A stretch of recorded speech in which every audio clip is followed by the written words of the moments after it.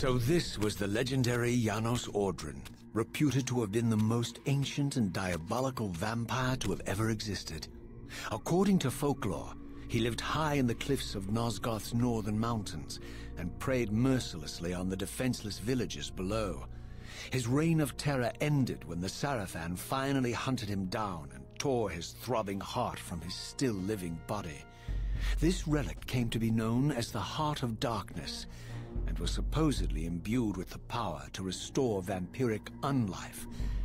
The Sarafan therefore guarded it carefully, lest the heart fall into the hands of their enemies. But I wondered, could Janos Ordren truly have been as monstrous as depicted here? Or was this merely artistic license by the Sarafan, who sought to lionize themselves by demonizing their darkest enemy?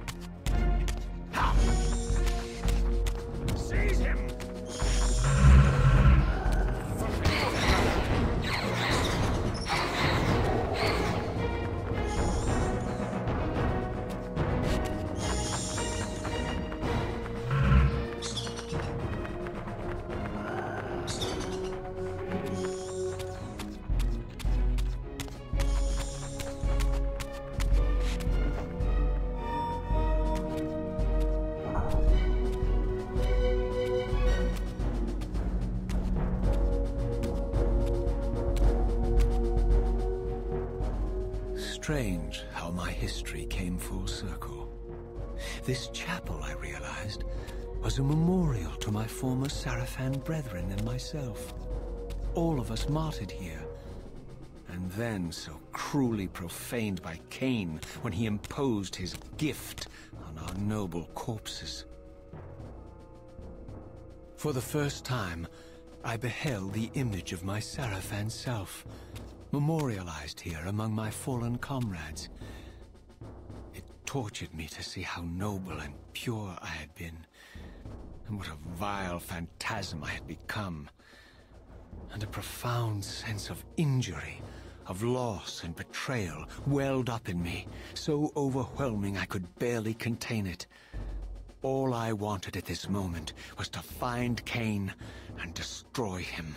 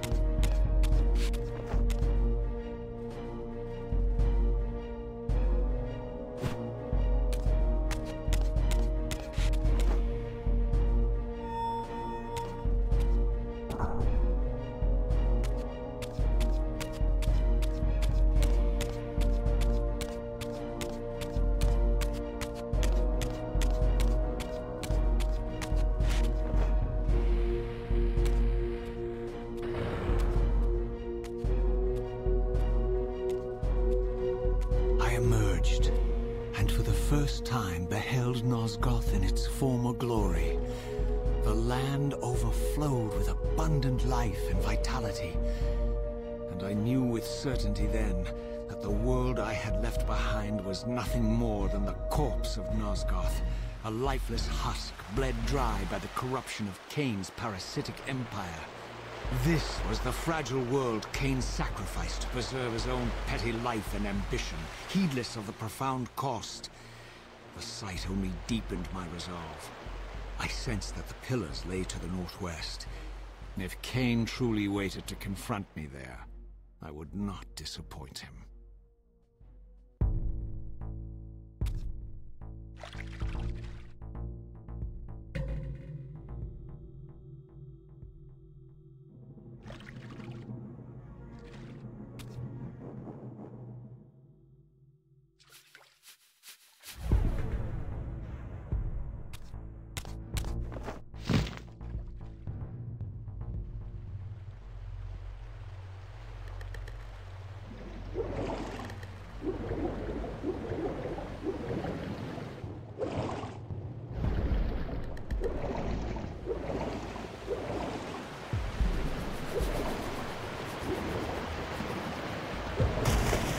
I did not yet possess the means to unlock this barrier, but this enigmatic symbol was clearly the key.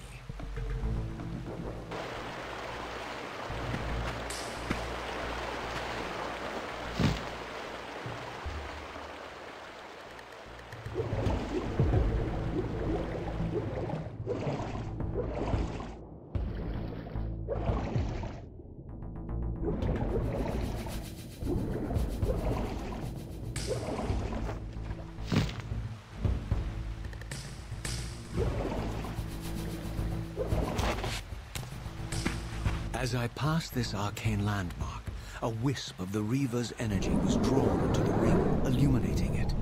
This created a beacon of sorts in the spirit world.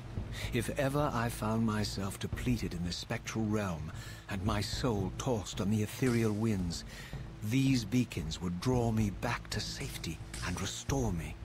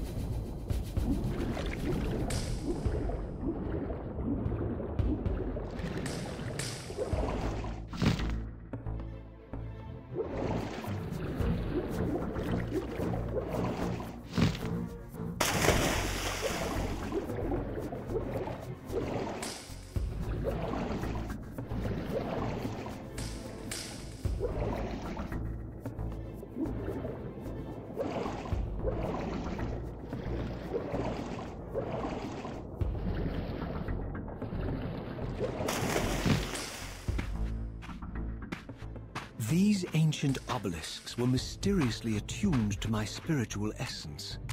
By simply touching the symbol, I could safely preserve an imprint of my soul, and thus create a milestone to which I could return when weary, and from which I could resume my journey.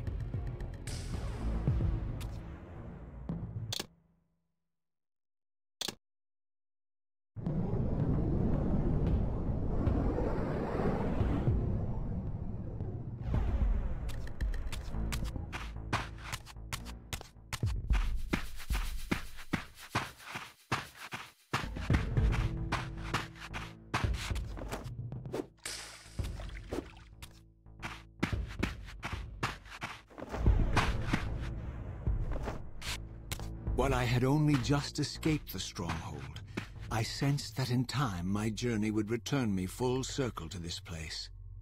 Infiltrating the fortress, however, would be no small feat.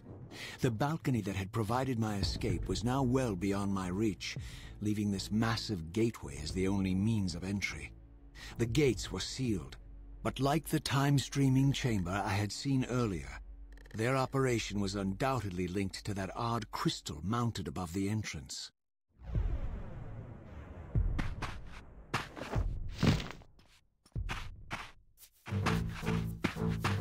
Get it!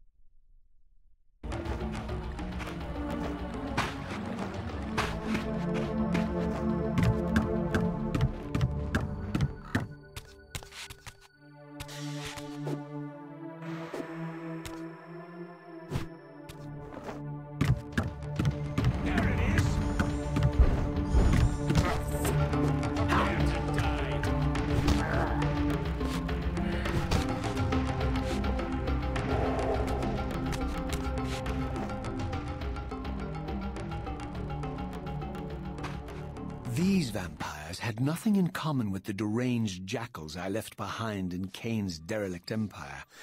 They seemed to retain much of their former humanity. In this era, vampires were clearly not the uncontested predators we had been. These creatures were hunted mercilessly and oppressed. And while I still believed that vampirism was a plague and had to be wiped out, there was nothing noble or righteous in this crusade. This was simply ruthless persecution.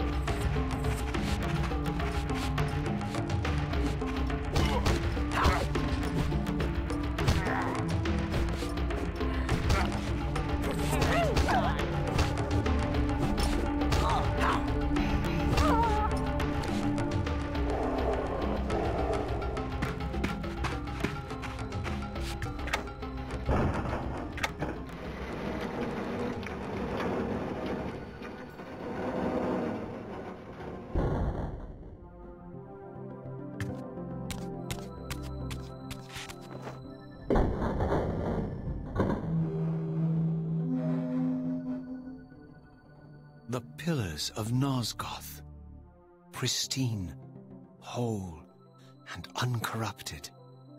I had never beheld them in this undefiled state, yet something profound and indelible resonated within me at the sight. And there, waiting at the very heart of the pillars, was the canker that was destined to destroy them.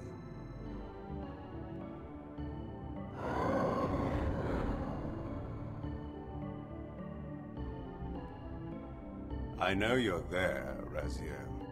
Mobius led me to you, Cain, though I might have guessed you'd meet me here.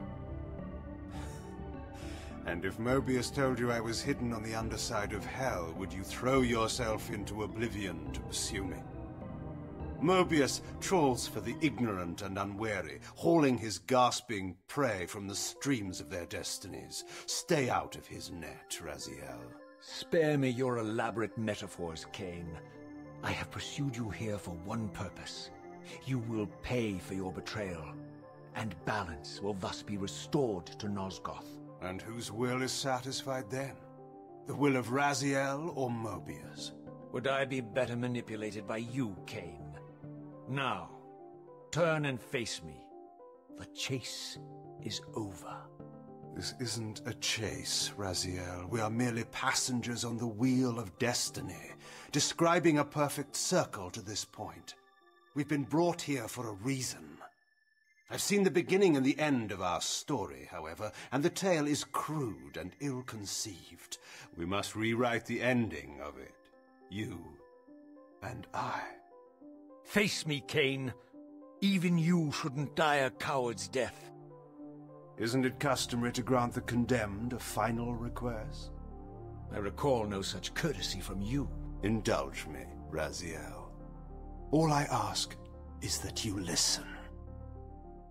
This is the sublime moment of our undoing, Raziel. The ineffable fulcrum upon which swings the entirety of our history. This is where all of Nosgoth is betrayed. In this instant, Ariel, the Balance Guardian, is murdered by dark forces bent on overthrowing the pillars. Her spirit is just now tearing free, lost in the ether, trying to find its way here. You have already seen how she comes to haunt these pillars. Bound here by your refusal to die. You are the reason this land becomes diseased. As long as you remain alive, you condemn Nosgoth to an eternity of decay. Be still, Raziel. See this. As Ariel dies, I am being born to take her place as Balance Guardian. Such is my destiny. My God.